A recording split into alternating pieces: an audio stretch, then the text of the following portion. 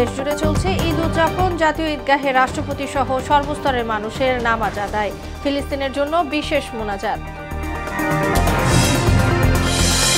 ত্যাগের মহিমায় ধর্মপ্রাণ মুসলমানদের পশু কোরবানি। পরিচ্ছন্নতায় তৎপর 2 সিটি কর্পোরেশন। নগরবাসীর সহযোগিতা কামনা। কোরবানির পশুর বর্জ্য হতে পারে সম্পদ। দেশের বাইরে পশুর অঙ্গ প্রত্যঙ্গের ব্যাপক চাহিদা। সুষ্ঠু ব্যবস্থাপনার তাগিদ সংশ্লিষ্টদের।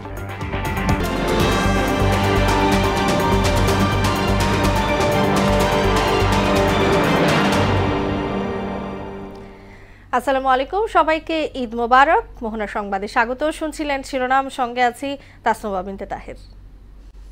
এবার বিস্তারিত। ত্যাগের মহিমায় বিশ্ব শান্তি ও ক্ষুধা দারিদ্র মুক্ত বাংলাদেশের প্রত্যাশায় জাতীয় ঈদগাহ ময়দানে অনুষ্ঠিত হলো ঈদের প্রধান জামাত। এতে রাষ্ট্রপতি মোহাম্মদ শাহাবুদ্দিন সহ সর্বস্তরের মানুষ এক কাতারে দাঁড়িয়ে নামাজ আদায় করেন। এ সময় ফিলিস্তিনের জন্য বিশেষ মোনাজাত করেন মুসল্লিরা। সবার দাবি, যুদ্ধের নামে ফিলিস্তিনে মুসলমান হত্যা বন্ধ করা হোক। রেজা খান জানাচ্ছেন বিস্তারিত। জাতীয় ঈদগাহে ঈদুল আজহার নামাজে প্রধান জামাতে অংশ নেন রাষ্ট্রপতি মোহাম্মদ শাহাবুদ্দিন, প্রধান বিচারপতি, মন্ত্রিসভা ও সংসদের সদস্য, রাজনীতিবিদ ও কূটনীতিক সহ সকল শ্রেণী পেশার নারী পুরুষ।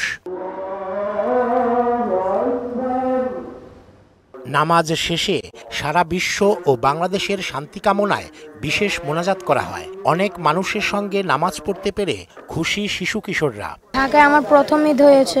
অনেক লোক একসাথে নামাজ পড়েছি। গরু কোরবানি করব। জাতীয় ঈদগাহে নামাজ আদায় করতে পেরে আল্লাহর কাছে শুকরিয়া আদায় করেন নারীরাও। এটা ফার্স্ট টাইম আমার ঈদগাহে। সবার জন্য দোয়া করেছি, সবাই যেন ভালো থাকি। আমাদের ঈদগাহ আসার প্ল্যান ছিল না, রাতে আমরা একদম সাডেন প্ল্যান করি 2 ফ্রেন্ড মিলে। ফিলিস্তিনে যুদ্ধ বন্ধ ও বাংলাদেশ নিয়ে নিজেদের প্রত্যাশার কথা জানান মুসল্লিরা। ফিলিস্তিনের মুসলমানদের যেই সংঘর্ষ চলছে, যুদ্ধ চলছে, সেটা অতিবিলম্বে এটা স্থগিত হোক। পশু কোরবানির মাধ্যমে নিজের পশুত্বকে দূর করা। বাংলাদেশ যেন অর্থনৈতিক সংকট থেকে উত্তরণ ঘটাতে পারে। দ্রব্যমূল্য যেভাবে ঊর্ধ্বগতি হচ্ছে, এভাবে সাধারণ মানুষের ক্রয় ক্ষমতার বাইরে চলে যাচ্ছে। ক্ষুধা দারিদ্র্য মুক্ত হতে পারে এবং অর্থনৈতিক যে অব্যবস্থাপনাগুলো আছে সেগুলোকে দূর করতে হবে। ত্যাগের মহিমায় সবার জন্য সুশান্তি কামনা। এই আনন্দটা সবার ভিতরে ভাগাভাগি করে নিতে পারে। ভেদাভেদ ভুলে আমাদেরকে একত্র কাজ করতে হবে। প্রধান জামাত ছাড়া ঢাকাতে 184টি ঈদগাহ ও 1,500-এরও বেশি মসজিদে ঈদের জামাত অনুষ্ঠিত হয়। ঈদুল আজহার ত্যাগের মহিমা ছড়িয়ে পড়ুক সকল মানুষের মধ্যে। সেই সঙ্গে বিশ্ব মানবতার রক্ষায় ফিলিস্তিনের নারী ও শিশুসহ সকল মুসলমান নিধন বন্ধ হয়ে পৃথিবী ফিরুক শান্তির পথে। পবিত্র এই দিনে এমনটাই প্রত্যাশা ধর্মপ্রাণ সকল মুসলমানের। জাতীয় ঈদগাহ ময়দান থেকে রেজা খান, মোহনা সংবাদ, ঢাকা। ঈদের আনন্দ থেকে কেউ যেন বঞ্চিত না হয়, সে লক্ষ্যে সমাজের সুবিধা বঞ্চিত মানুষের সাথে আনন্দ ভাগাভাগি করার আহ্বান জানিয়েছেন রাষ্ট্রপতি মোহাম্মদ শাহাবুদ্দিন। পবিত্র ঈদুল আজহা উপলক্ষে বঙ্গভবনে সকালে বিশিষ্টজনদের সাথে ঈদের শুভেচ্ছা বিনিময় শেষে তিনি এ আহ্বান জানান। এ সময় রাষ্ট্রপতির সঙ্গে ঈদের শুভেচ্ছা বিনিময় করেন বাংলাদেশে নিযুক্ত বিভিন্ন দেশের কূটনীতিক, সরকারের উচ্চপদস্থ কর্মকর্তা, রাজনীতিবিদ সহ নানা শ্রেণী পেশার মানুষ। রাষ্ট্রপতি সাম্প্রতিক সময়ে ঘূর্ণিঝড় রিমালের আঘাতে ক্ষতিগ্রস্ত পাশে সমাজের বিত্তবানদের দাঁড়ানোর আহ্বান জানান।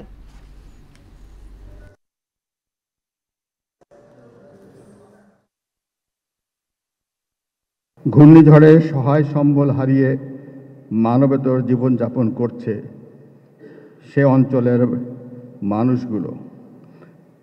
ঘরবাড়ি হারিয়ে খোলা আকাশের নিচে তারা দিন কাটাচ্ছে। তাই কেউ যাতে ঈদের আনন্দ থেকে বঞ্চিত না হয়, সেই লক্ষ্যে সমাজের দারিদ্র্য পীড়িত ও সুবিধা বঞ্চিত মানুষদের সাথে ঈদের আনন্দ ভাগাভাগি করতে এবং তাদের পাশে দাঁড়াতে আমি দেশের বিত্তবান ও সচ্ছল ব্যক্তিবর্গকে এগিয়ে আসার আহ্বান জানাচ্ছি। পবিত্র ঈদুল আজহা উপলক্ষে আওয়ামী লীগ ও সহযোগী সংগঠনের নেতাদের সঙ্গে শুভেচ্ছা বিনিময় করেছেন প্রধানমন্ত্রী ও আওয়ামী লীগ সভাপতি শেখ হাসিনা। সকালে গণভবনের শুভেচ্ছা বিনিময় অনুষ্ঠানে প্রধানমন্ত্রীকে ফুল দিয়ে শুভেচ্ছা জানান আওয়ামী লীগ সাধারণ সম্পাদক ওবায়দুল কাদের সহ দলটির শীর্ষ নেতারা।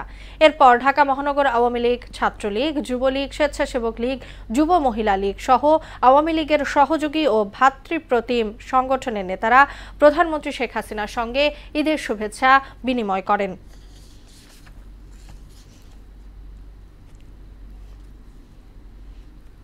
দেশবাসীকে পবিত্র ঈদুল আজহার শুভেচ্ছা জানিয়েছেন ঢাকা 15 আসনের সংসদ সদস্য সাবেক শিল্প প্রতিমন্ত্রী আলহাজ কামাল আহমেদ মজুমদার।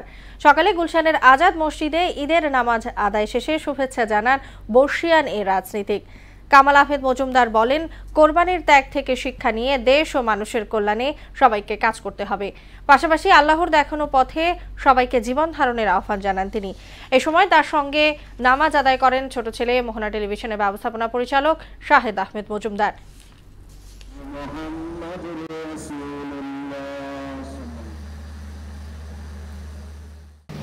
আমরা পবিত্র ঈদুল আজহা পালন করছি এবং আল্লাহর রাহে আমরা কোরবান করছি এবং এই কোরবান আল্লাহর সন্তুষ্টি অর্জনের জন্য কোরবান আমরা করি। কোরবান আল্লাহর রাহে, এখানে গরিবের হক রয়েছে, আত্মীয় স্বজনের হক রয়েছে, পাড়া প্রতিবেশীদের হক রয়েছে, সেটাও যাতে আমরা যথাযথভাবে পালন করি, আমি সবাইকে সে আহ্বান জানাচ্ছি। ত্যাগের মহিমায় উদ্ভাসিত পুরো দেশ সিটি কর্পোরেশনের নির্ধারিত জায়গা ছাড়াও রাজধানীর অলি গলিতে চলছে পশু কোরবানি। এর মধ্য দিয়ে সব ধরনের অন্যায়ের বিরুদ্ধে রুখে দাঁড়ানোর প্রত্যয় ধর্মপ্রাণ মুসলমানদের। এদিকে পশু কোরবানির পরপরই বর্জ্য অপসারণের কাজ শুরু করেছে 2 সিটি কর্পোরেশন। বিস্তারিত জানাচ্ছেন উষা ফেরদৌস। আরবি কুরবান শব্দ থেকে কোরবানি, এর অর্থ ত্যাগ, উৎসর্গ, বিসর্জন, নৈকট্য লাভ। সমাজে ন্যায় ও সাম্য প্রতিষ্ঠার জন্যই এমন বিধান। দ্বিধাহীনভাবে আল্লাহর কাছে আত্মসমর্পণ এবং তার নির্দেশ শর্তহীনভাবে মেনে নেয়াই হলো ঈদুল আজহার প্রকৃত শিক্ষা। আজকের দিনে আমরা যেন একটা শপথে আসি যে আমরা একজন অপরকে ভালোবাসবো, দেশের জন্য কিছু করব, মানুষের জন্য কিছু করব। প্রিয় বস্তু মানে কোরবানি করা আল্লাহর জন্য। তো আজকের দিনে উপলক্ষে সবাইকে একটু মাংস ভাগাভাগি করার জন্য নিয়তেই আর কি কোরবানিটা দেই। সৃষ্টিকর্তার দরবারে জবাই করা পশুর মাংস বা রক্ত কিছুই পৌঁছায় না, কেবল আল্লাহ ভীতির পূর্ণ আন্তরিকতা ও তার আদেশ পালন করার নিয়ত ছাড়া। সমাজে সাম্য প্রতিষ্ঠার একটা শিক্ষা কুরবানি থেকে আমরা পাই। মানে ধনী এবং দরিদ্রের মধ্যে যে পার্থক্য, সেইটা আসলে মন থেকে যদি কমে যায় তাহলে বাস্তবেও কমে যাবে, এবং এই ক্ষেত্রে কোরবানি একটা উত্তম আদর্শ হিসাবে এটা বিবেচনা করা যেতে পারে। দেশ জুড়েই পশু কোরবানি দিচ্ছেন ধর্মপ্রাণ মুসলমানরা, যা চলবে ঈদের 3য় দিন পর্যন্ত। আর রাজধানীতে সিটি কর্পোরেশনের নির্ধারিত জায়গা ছাড়াও প্রতিটি পাড়া মহল্লার সামর্থ্য অনুযায়ী দেয়া হচ্ছে পশু কোরবানি। নির্দিষ্ট জায়গায় কোরবানি করা, কারণ এই বাসার এত গরু এক জায়গায় দিয়ে সম্ভব না। যারা কোরবানি দিতেছে এরা দান মানে ভাগ অনুযায়ী দান করে। কারো গরু ক্রয় ক্ষমতা থাকে কম, কারো বেশি থাকে। এই সব মিলাই আমরা দেখছি ত্যাগের মহিমাটা পুরোপুরি 90% থাকে। এদিকে রাজধানীতে কোরবানির পরপরই রক্ত, মলমূত্র ও বর্জ্য দ্রুত অপসারণের কাজ করছে 2 সিটি কর্পোরেশন। উষা ফেরদৌস, মোহনা সংবাদ, ঢাকা। সুষ্ঠু ব্যবস্থাপনায় কোরবানির পশুর বর্জ্য হতে পারে সম্পদ। বজ্র থেকে তৈরি পণ্যের যথেষ্ট চাহিদা থাকার পরও সুযোগটি কাজে লাগানো সম্ভব হচ্ছে না। চাহিদার অধিকাংশই আমদানি করা হয়। চামড়ার মতো বড় না হলেও পশুর বিভিন্ন অঙ্গ প্রত্যঙ্গেরও ব্যাপক চাহিদা রয়েছে দেশের বাইরে। কৃষি গবেষকরা বলছেন, রপ্তানি আয়যোগ্য এসব পণ্য জাতীয় অর্থনীতিতে অবদান রাখতে পারে। উষা ফেরদৌসের আরেকটি রিপোর্ট। দেশ জুড়ে প্রতি বছরই ঈদুল আজহার সময় প্রায় কোটি পশু কোরবানি দেয়া হয়, কিন্তু অনেকেই জানে না চামড়ার মতো পশুর হাড়, চর্বি, শিং, এমনকি রক্ত, দাঁত ইত্যাদিরও বিশেষ চাহিদা রয়েছে দেশ বিদেশে। অথচ অজ্ঞতার কারণে রপ্তানি আয়যোগ্য এসব দ্রব্যের প্রায় পুরোটাই নষ্ট হচ্ছে ময়লার বাগারে। হাড় থেকে তৈরি হয় বোতাম, চিরুনি সহ বিভিন্ন সামগ্রী, কিন্তু ভালো মানের বোতাম তৈরির কোনো কারখানাই দেশে নেই। চাহিদা সবটুকুই মেটানো হয় আমদানি থেকে। দেশ বিদেশে হাড়, খুর, শিং এবং এ থেকে উৎপাদিত পণ্যের রয়েছে ব্যাপক চাহিদা। বুড়ির বর্জ্যগুলো, ময়লাগুলো ওগুলো যেখানে সেখানে না ফেলে আমরা মাটির ভিতরে পুঁতে রাখলে দেখা যায়, তাই এটা মাটির জন্য ভালো হইব, সার হইব, মানুষেরও খুব উপকার হইব। হাড্ডি তো কোনো গন্ধ হয় না, হাড্ডি তো মনে করেন রোদে শুকালেই গন্ধটা চলে যায় আর কি।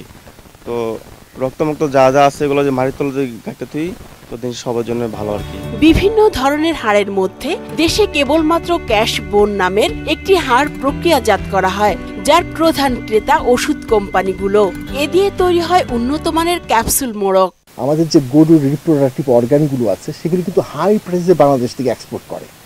তাহলে যে আমরা যদি এটা ডাম্পিং না করে এখানে রক্ত হতে পারে, হাড়গুলো হতে পারে, রিপ্রোডাক্টিভ পার্টসগুলো হতে পারে, এবং চামড়া তো আছে, সব কিছুকে যদি আমরা ইন্ডাস্ট্রিয়াল প্রোডাক্টে নিয়ে আসতে পারি তাহলে কিন্তু এই বর্জ্যটাকে বর্জ্য থাকবে না।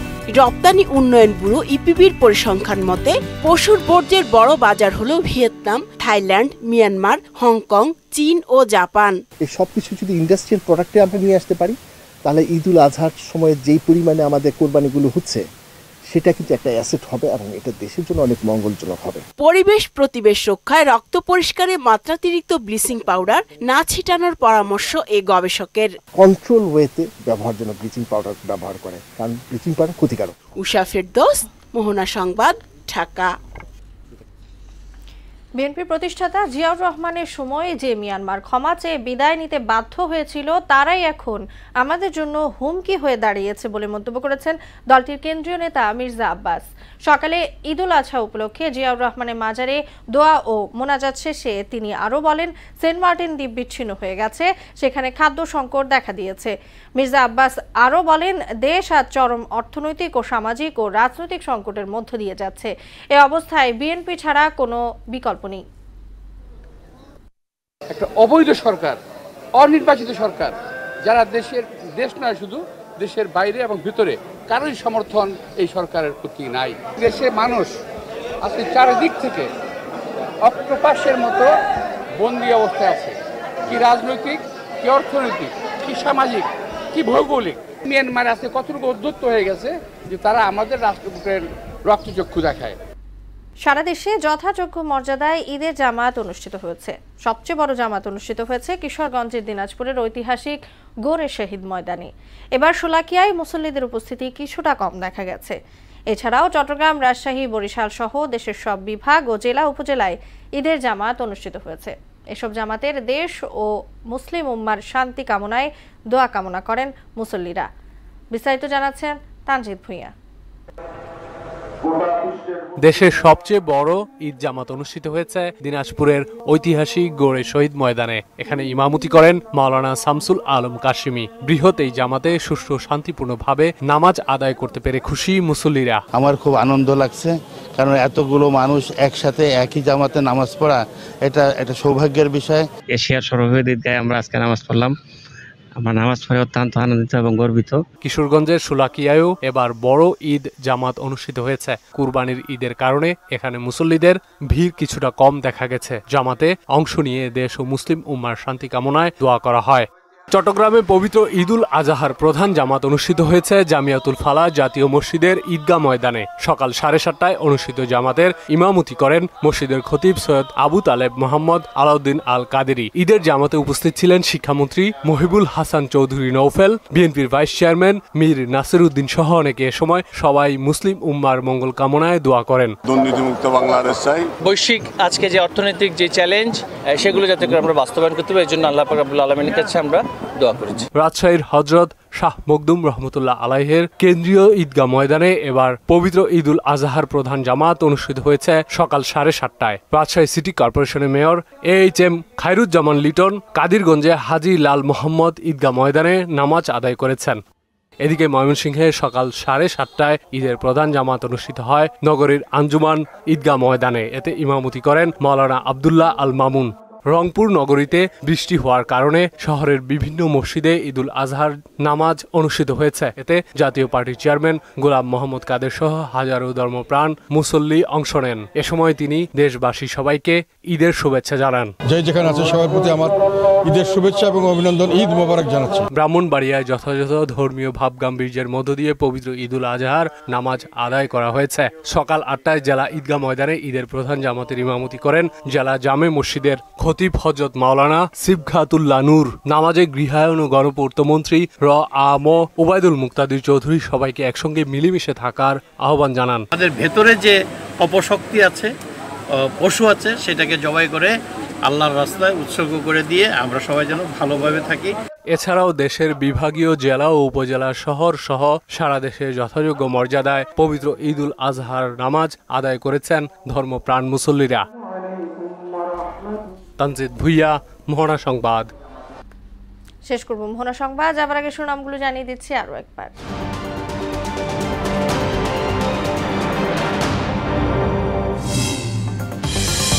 দেশ জুড়ে চলছে ঈদ উদযাপন। জাতীয় ঈদগাহে রাষ্ট্রপতি সহ সর্বস্তরের মানুষের নামাজ আদায়। ফিলিস্তিনের জন্য বিশেষ মোনাজাত। ত্যাগের মহিমায় ধর্মপ্রাণ মুসলমানদের পশু কোরবানি। পরিচ্ছন্নতায় তৎপর 2 সিটি কর্পোরেশন। নগরবাসীর সহযোগিতা কামনা। কোরবানির পশুর বর্জ্য হতে পারে সম্পদ। দেশের বাইরে পশুর অঙ্গ প্রত্যঙ্গের ব্যাপক চাহিদা। সুষ্ঠু ব্যবস্থাপনার তাগিদ সংশ্লিষ্টদের।